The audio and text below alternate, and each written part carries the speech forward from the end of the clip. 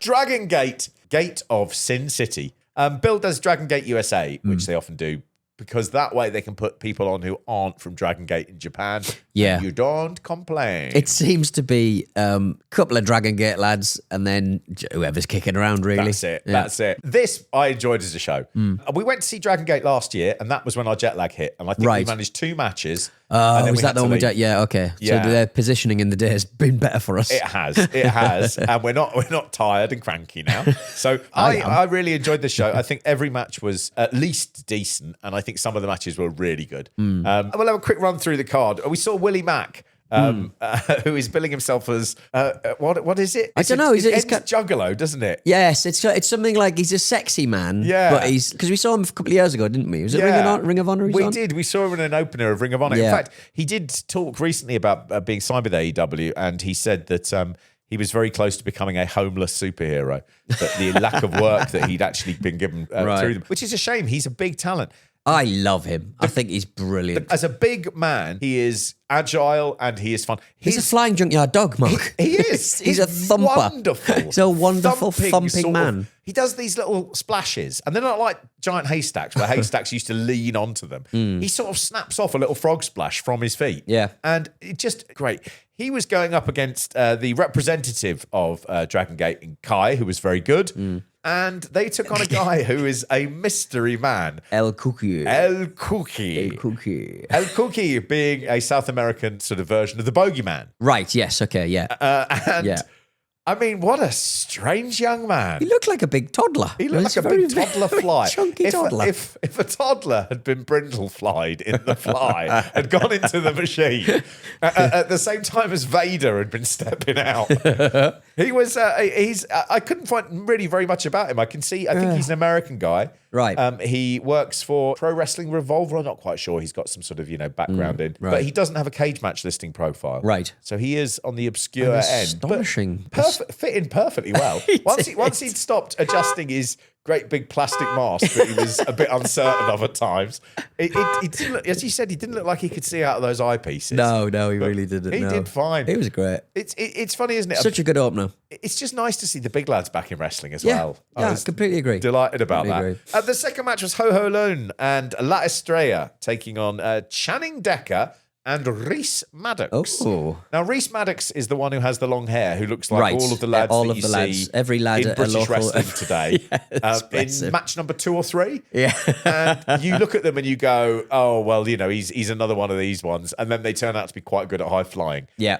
He is very much that. The interesting thing about Reese Maddox, he is the competitor who has been booked at more shows over WrestleMania weekend than anybody else. Really? Just edging out Shotzi Blackheart. Yeah. I see, right. He's got 9 bookings. And he was with a guy called Channing Decker, who is a Canadian who works for Greektown Wrestling, which is an indie, a decent indie, actually.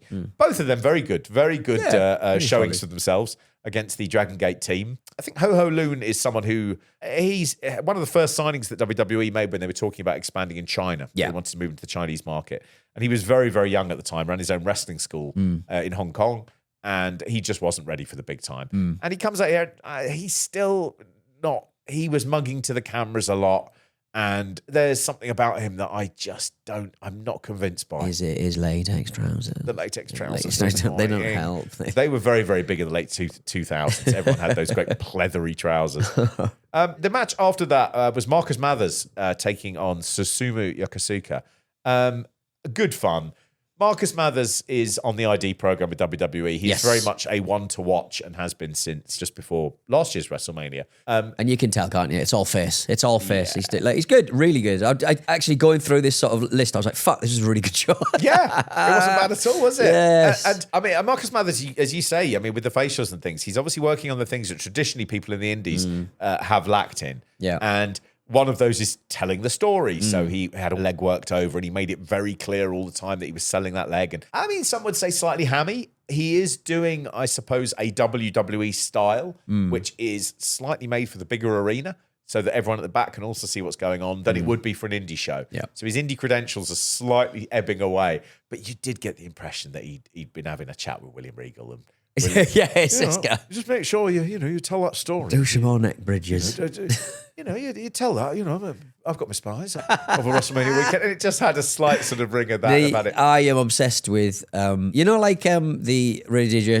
Sean Keaveney has got like a real man's face, and he had a man's face since he was like 18. Yeah. Susumu Mochizuki is a man who can't help the fact that he's got a boy's haircut. Well, he can't help it. He can shave it all off. But he's got a boy's haircut. He's 48 years old, and he looks like Simon Cowell / Sean Keaveney. He does. And it's an amazing look, and I cannot get enough of him. It's like on like the X Factor. Yeah. They'd have gone, well, let's see what the baby of Harry Styles and Simon Cowell would look like. And they just go, wink, and the hair of Harry Styles moves over onto Simon Cowell's face. And that was very much Susumu Yokosuka's face. Really good match, 13 minutes. For all of my moaning about Marcus Mathers being a bit broad, I suppose, in a WWE professional way, he absolutely gives everything his all. He never turns up and you never sort of go, well, he was coasting there. Yeah. He always seems to just go, I will give this 100%. Yep. It's all about attitude, isn't it, doing well? It's all about attitude when it comes to, appealing to WWE. And a really good match, really enjoyable, really, really good. Yeah. The next was a tag team match between Love and Peace, Benkei and Hayo for Dragongate, taking on Buster and the Brain, Alex Price and Jordan Oliver, and Los Hermanos de la Jungla, Aero Panther and Fight Panther Jr. Been on Twitter quite a lot, but as Alec Price came out onto the stage for this match, the stairs simply gave way. Right. And he landed on his bum on the stage, and it looked fine, only he suddenly, as he stood up, he realised something had happened to the back of his leg. Oh, God. And on the sort of rough edge, he'd basically sort of managed to pinch it really, really badly. Yeah. And so he was noticeably limping. And in fact, pulled out of the midnight show that took place after this. Yeah. So hopefully he's Rest okay. up. Yeah. But I mean, what a match this was. Just great fun. 11 minutes. Felt like it could have been 28, could have been 5. I didn't have any clue because you're just so into it. I love the Mexican guys, Aero Panther and Fight Panther Jr. One of my great delights in life, Pete, is saying the word Panther instead of Panther. Panther. Just really, really good. And Benkei and Hayo, Love and Peace, are quite brilliant. Is he the Prince guy? It looks like Prince, basically. They're just two sexy boys. Two sexy boys. I bet they sell T-shirts. Absolutely. I bet there's a queue out the fucking block. Absolutely. Out he comes. They pop in the dollar bills into things. He's got a little cat on a leash and everything. But, I mean, incredibly... I missed the cat on the leash. I suddenly got a cat. I was like, has he got a cat? Where's that come from? You started swinging it around at the end. Just that lovely thing of taking people from 3 different continents, from Japan, from Mexico, from America, and just saying to them, go out there and do it, and them doing it brilliantly. That was a really, really, really enjoyable match. If it wasn't for the next match, that would have been my match of yesterday. I think so. Yamato defeating the octopus Jonathan Gresham. We were talking about how fun it would be to be a wrestler who refused to do any moves apart from working over the legs and working over the arms and coming out and just going, I don't take bumps. I must win. And all I do is arm work. About how awful that would be for a crowd. But then Jonathan Gresham does come out and you realise, no, that's kind of what he does. And it's thrilling. He is recovering from a stroke that happened less than a year ago. That's how you're recovering it. Like, look at me. I mean, Dad's just had a stroke and he's at home. What's Jonathan Gresham doing? Well, he's thrown himself off top rope. He's having a match against Yamato. Not on the NHS guide to, getting better, is it really? Not on the recovery. You've touched on why people have to get back after a stroke, isn't it? It's because that medical insurance has just gone through the roof. It's a great match from one of the sort of the old guard of Dragongate and Yamato. And Gresham is so underrated. I was saying yesterday, I was like, I don't know why he's not spent a lot of time in Japan. Now he's not tied to anyone in particular. I think he'd just kill out there. Yeah, he would. There is something about his... Often technical wrestling can be a way of sort of going, we can't think of a way to market this person excitingly. Jonathan Gresham makes technical wrestling so exciting. Yeah. He just always delivers, always delivers. Worth pointing out as well, Gresham is always given time because Gresham's act needs time. Yeah. You need to be able to do that build and build and build and build and build. And then you had the main event, which was an all Dragon Gate main event of Dragon Kid, KZ, and Yuki Yoshioka, who I was really impressed by, taking on the stable of Gaja Dokoro, who are Ishin, Madoka Kikuka, and Yoshiki Kato. I mean, just 6 lads who know what they're doing. Yeah, in front work of together new a lot. crowd. Yeah. They're there to say, Best of the best. let's show you what we can do. Yeah. And it was just great fun. It was non-stop. It was full on, and it was everything that you want in an independent cards main event. Yeah. Really, really good stuff. And there were some people in the crowd who were sort of Dragon Gate fans who obviously sort of, hyping it up even more, and that helps it all along. In the same way that I tried to help some Japanese people to their taxis this morning. I've got some bad news about that, by the way. I went back out after breakfast and I went past the part where they had been asking for the Uber. And you had very kindly directed them back through Hidari, left. Miggy, right. That's it. All the directions, Mark. That's it. And as I approached, about, an hour later, I saw a big sign on the other side of the door that said, Uber pick out here. Right. So they were in the right place. Right. They should have just waited. Right. Instead, an evil Westerner basically said to them, go away, you do not belong here. You must go. Jabatade. See you soon. Yeah. Yeah. So after the show, we went straight in the greatest place on earth, WrestleCon. It's like Disneyland. Oh, it's If amazing. some of the rides were very damaged. My favourite thing that I bought, apart from the Danhausen magazine, I bought a Rowdy Roddy Piper mask, which does not look in anywhere like Rowdy Roddy Piper. It's got elements more of Bob Backlund mixed with Vince McMahon. It's really, and it also, oh God. But when you put it on and then you stuck your glasses over the top, what it was suddenly was Dennis Nielsen. It was so a little bit of Austin uncanny. Powers, a little bit of Dennis Nielsen. It's horrific. It's absolutely horrific. Nobody until he bought that mask had ever gone, hang on, Austin Powers and Dennis Nielsen look the same. But it was, And the it thing does. that gets me is it's an officially licensed WWE bit of tat. Yeah. And it doesn't look in any way like Rowdy Roddy Piper.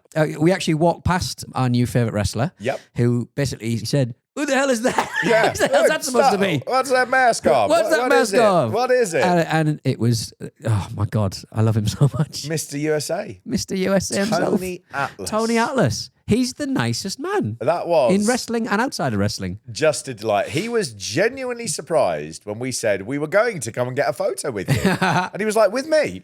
With me? With me, Okay. Tony Atlas. He said, The best man in the world, the nicest man in the world. He said, well, put your mask down and we'll do it. And he was sort of very caring and very sweet. And then he began talking to us about, he said, where are you from? And we said, London. And he said, I love England. I've been to Nottingham. Yeah, he was obsessed with Nottingham. I went to a castle in Nottingham or something. And He said, I went to a castle in Nottingham that Robin Hood lived in. I thought, well, we're not going to pick him up. That's not if you're familiar with the myth, Tony, he didn't live in a castle. But he did say, he said, I went there with the WWE in 2004. And I thought to myself, oh no, he's got that wrong. He's got that wrong. He said, when I was managing Mark Henry. And I was like, fuck, he's right. He's absolutely right. We did briefly say we were such big fans of him from Legends House. Yeah. And he did begin talking about how sad it was. I didn't help that you were wearing the mask of his dead friend. Where he was talking about, Sorry about that, how Tony. Piper had died within sort of months of it finishing and how he couldn't believe it. And it was just a terrible shock. Imagine if someone comes up to you at a convention 10 years hence and they're wearing a fucking mask of me. And then they're going, so what's your memories of Wrestle Me? You have to go, it's when Mark died. It's when Mark died. Who's the mask of? Doesn't look like him. No. That was like my dead friend. No. It should look like Mick Foley. That's not right. All right, then, gang. Thanks so much for your support. We will be back very soon with more of whatever happenens. And in the meantime, Dragon Gate USA, that's the one to watch. Go and fill your boots. And we will see you soon. With gravy. Oh, amazing.